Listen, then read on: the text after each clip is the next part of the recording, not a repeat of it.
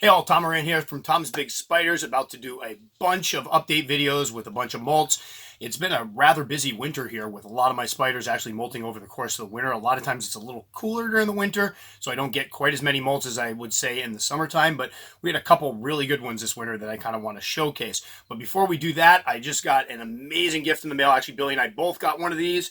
It is a t-shirt from Natalie's Eight-Legged Journey. I don't know if you guys have caught her channel, but you really need to check it out. Wonderful young lady who is doing a tarantula channel. And again, I've talked many times about how the future of this hobby is going to be in our children. The kids that start not only taking interest in our spiders at home, but maybe in the spiders around them. That kind of spreads to their classmates, and we can kind of get rid of some of the stigma that comes with keeping tarantulas, because again, people kind of think we're creepy. But when the kids do it and you see a kid that suddenly gets how cool spiders are and starts like watching my kids even explain to their friends, we don't kill spiders around here, they're good, and explain some of the benefits of them, it's amazing. So Natalie, thank you so much. I totally appreciate it. You're going to be seeing this one popping up in a bunch of videos now, and I love the tag phrase, needs more substrate. Couldn't say it better myself. I actually was just having a discussion with somebody about how it's always better to put more substrate in than less. Nobody likes a substrate, Scrooge. So Natalie, again, thank you so much. Billy's going to be wearing hers in one of our videos. We'll have to try to get Billy on camera at some point. And I do hope that you guys take a moment to check out Natalie's channel, because it really is awesome to see what's basically going to be the future of the hobby as far as YouTube's concerned. Some of these people that are starting really young and they're figuring out their information. I mean, I started way late. By the time they get to my age, my gosh, it's going to be amazing. So anyway, Natalie and Natalie's father, Mike, thank you so much. Now on to some spiders.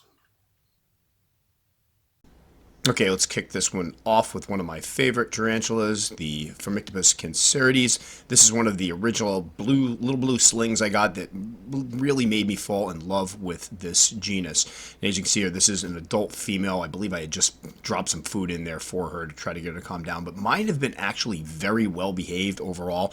I do occasionally get threat postures from them, but it's more if I drop food in and they're not ready for it, they will kind of freak out a little bit. No fangs bared. They're not trying to kill me or anything like that, but they definitely can be startled, and that's when I get my threat postures. But I've heard from plenty of people who have said that theirs are almost combative, that when you open the enclosure, they will actually come out at you, and I just haven't experienced this. Now, are there probably specimens out there like that? Absolutely. I just have had very good luck with mine. So I don't want to downplay the fact that people obviously have ones that can be a little nastier in temperament. I kind of wish some of mine would be nasty in temperament, because when I got them, that was kind of what was drawing me to them.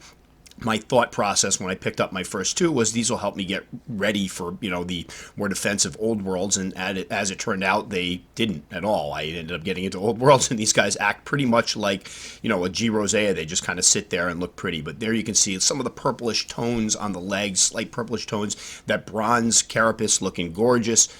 And coming up next, you may think this is the same spider, but it's not supposed to be. This is the Phormictopus atrichomatus. I picked up 3 of these, oh gosh, several years ago, 6 years ago or so, and they're now 3 beautiful adult females. And you can see this one here. I dropped a couple crickets in, it grabbed one, but these guys were the original ones referred to as cancerides or as Haitian browns when they first came in, because they have less of the purple, more of the bronze coloration. So there's been some mix-ups over the years, and there we got a little threat posture. That's exactly what I was talking about with the crickets. It actually startled me doing this. I forgot that part was in there, but I wanted to leave it in. That's exactly what I'm talking about with the crickets. I have some of them that will scarf up as many crickets as I can drop in there, and others I will drop in one cricket, they will grab it up, and then the other ones they tend to freak out at. This one later on does grab the cricket, but as you can see, more of the lighter color carapace. These guys appear to be a little bit more leggy than my cancerides, but the whole genus unfortunately is a mess, with a lot of things being imported in under different names. So there's thought to be confusion between the atrichomatus and the cancerides, and because they look so similar in appearance, people confuse them. But you see there, the shot, definitely a bit more leggy than the spider I showed before this.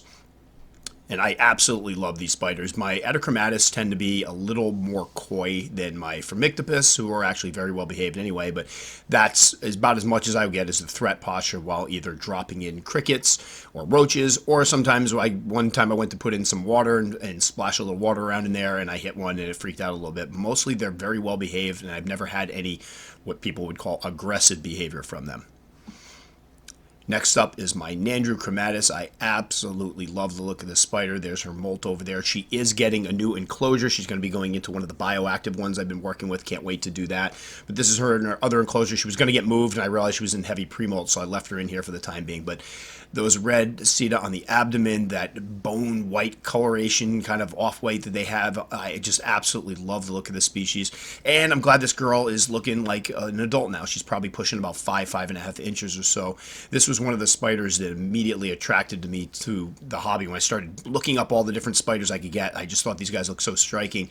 And I had ordered a 6.5-inch female from somebody who was getting rid of their collection, and these were the ones that were shipped in the middle of the winter with no heat pack and barely any insulation. So I basically, right after Christmas, my family gathered around the table. We opened up a box that had a lot of dead spiders in it, including a big, gorgeous female. So that's stuck with me for a while. So I'm very glad this one is starting to put on some size, looking big. Can't wait to get her in one of those bioactive enclosures, because she is usually out, but she has a little burrow there under her legs, you can see, and she will jet to that burrow when disturbed. So I was glad she sat out here for a little while. But when we get her into the new enclosure, I will definitely give her the opportunity to burrow, but I do tend to catch her out more than not. And next up is my Brachypelma boehmei or boehmei or boehmei, or there's a huge discussion going on where the last time I posted about Brachypelma species, and I mentioned this one about how to pronounce it, and I've gotten about 20 different pronunciations now. So just Miss B, we'll call her. But anyway, this one just molted out. She's showing some of her adult coloration. I think it's a female. We'll see. It is growing rather quickly compared to some of the other brachy species I have, but this species does tend to grow a little bit faster and tends to be a little bit more skittish than some of the other brachy. So I have a lot of people that come on my beginner species video and ask about Brachypelma boehmei. A couple things to know about them: they are a little quicker and tend to be a little more skittish than some of the other brachy's. And the hairs are supposedly awful, and that's something I've heard from a couple people now. So just something to keep in mind. But can they be a good beginner species? Yes, if you're aware of these facts, then absolutely they can. And again, with the whole beginner species things, it depends on the individual. Some people jump right in with old worlds and never have an issue with it. And then I always talk about the people in Australia that want to keep tarantulas, and they're basically keeping, Selenocosmia and Phlogia species pretty defensive, supposedly. Old worlds, all the mine are kind of sweethearts, and from day one. So it's all a matter of who you're talking to and who the person is, but I do think they can be nice little beginner species. And one of my favorites, my Parahybana itabunae. Love this girl. This is one that I picked up and dispelled the whole theory that if you buy a larger spider from a dealer that it's going to be a male. I picked this one up. I was trying to get I think it was an 1.75 inch juvenile, and I ended up getting sent something that was around 3 inches or so, big brown, and I was assuming it was a male.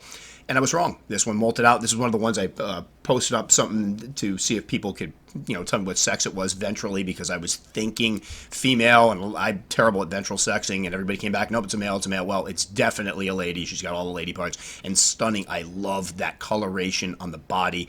It's got the reddish seta on the abdomen and that like gunmetal gray blue kind of tone to it. Just really cool looking spider.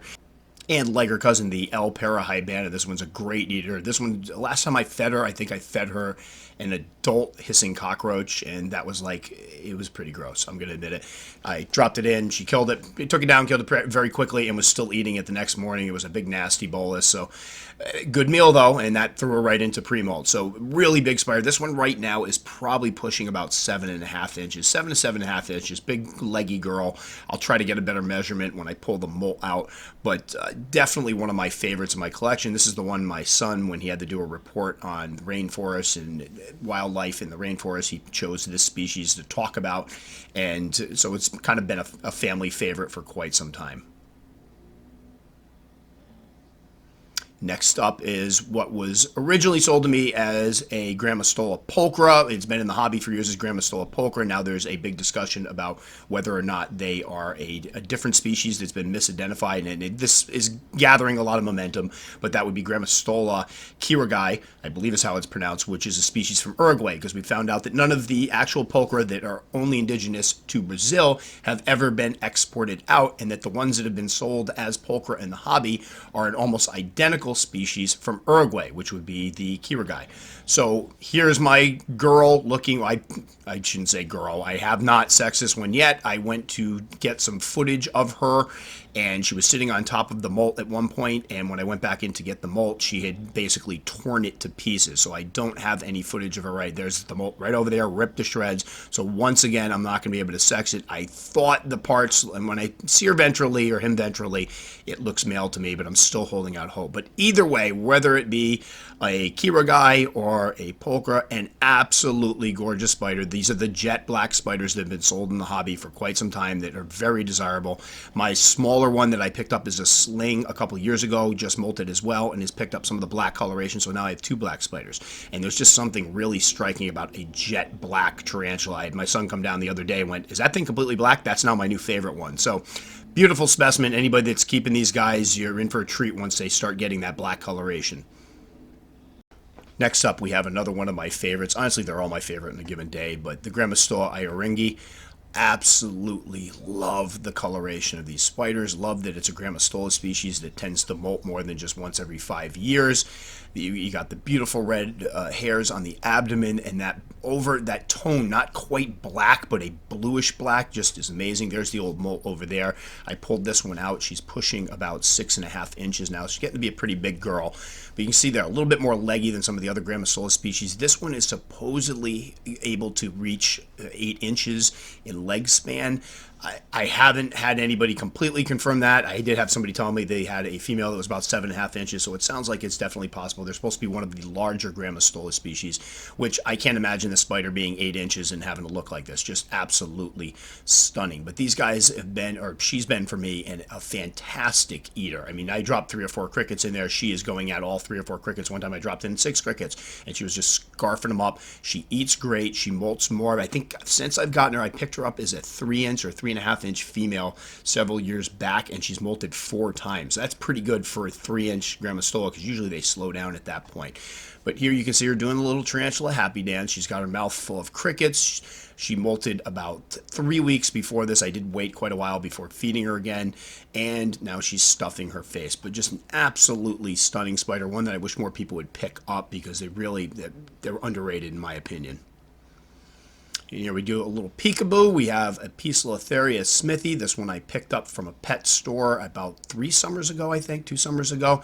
Paid more than I normally would, but it was one of the Poecilotheria species I was missing, and it was kind of in not particularly great conditions, and by that I mean it was in a tiny little cylindrical container with no cork bark and no room to move, and it looked terrified, so I paid for it.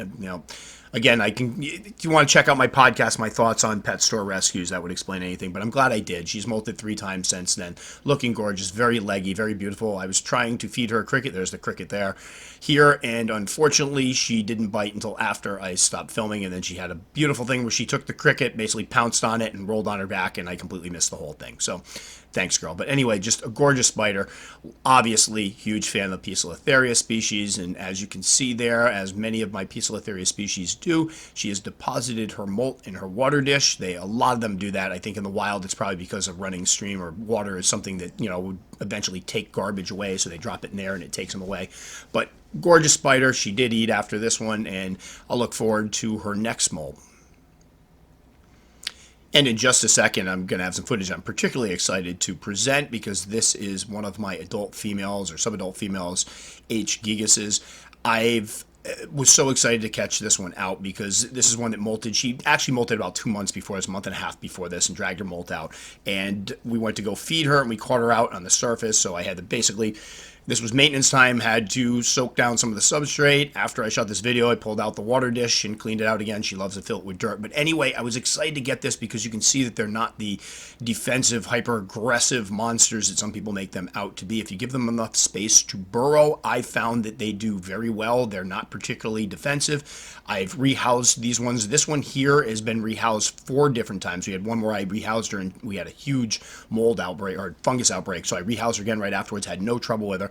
And more often than not, I can catch them up top. They will eat right here. There's a light on her. She's right in front of the camera. She's eating fine. I get no defensiveness from them whatsoever. So I know some keepers out there have footage of theirs going nuts and freaking out. I do think that some of that, if you keep them correctly, some of that it can be completely avoided, and you get what we got here, which is a fairly calm spider. I mean, this is one of the ones I was telling Billy, we're kind of laughing about, that people tend to really freak out about. It's considered to be one of the most defensive, yet she sat here beautifully just posing for the camera. And finally, super excited about this one, my Homeoma chilensis, which used to be Eulathlus species red, almost slipped and said it there. But right here in a moment, we're going to have one of my rare handling sessions. I generally do not handle my spiders. I don't make a habit of it. I don't purposely go out and handle. But in this instance here, Billy was busy in the other room. I was doing recording with one hand, and she did her normal, let's climb out and see what's going on out here. These guys are incredibly adorable and inquisitive. Many people talk about the fact as soon as you open the enclosure, they don't bolt, but they go out and they explore. They leave a little webbing behind, and they'll walk right into your hand. This one, in a moment, will basically just sit in my hand, comfortable as can be. So although I do not handle, and I do not encourage handling, because I do try to keep very good habits with all of my spiders, so I work with my New Worlds and Old Worlds the exact same way, and quite frankly, the spiders don't get anything out of it. I'm at a point where I'm not so much getting anything out of it, and I think a lot of us outgrow the handling.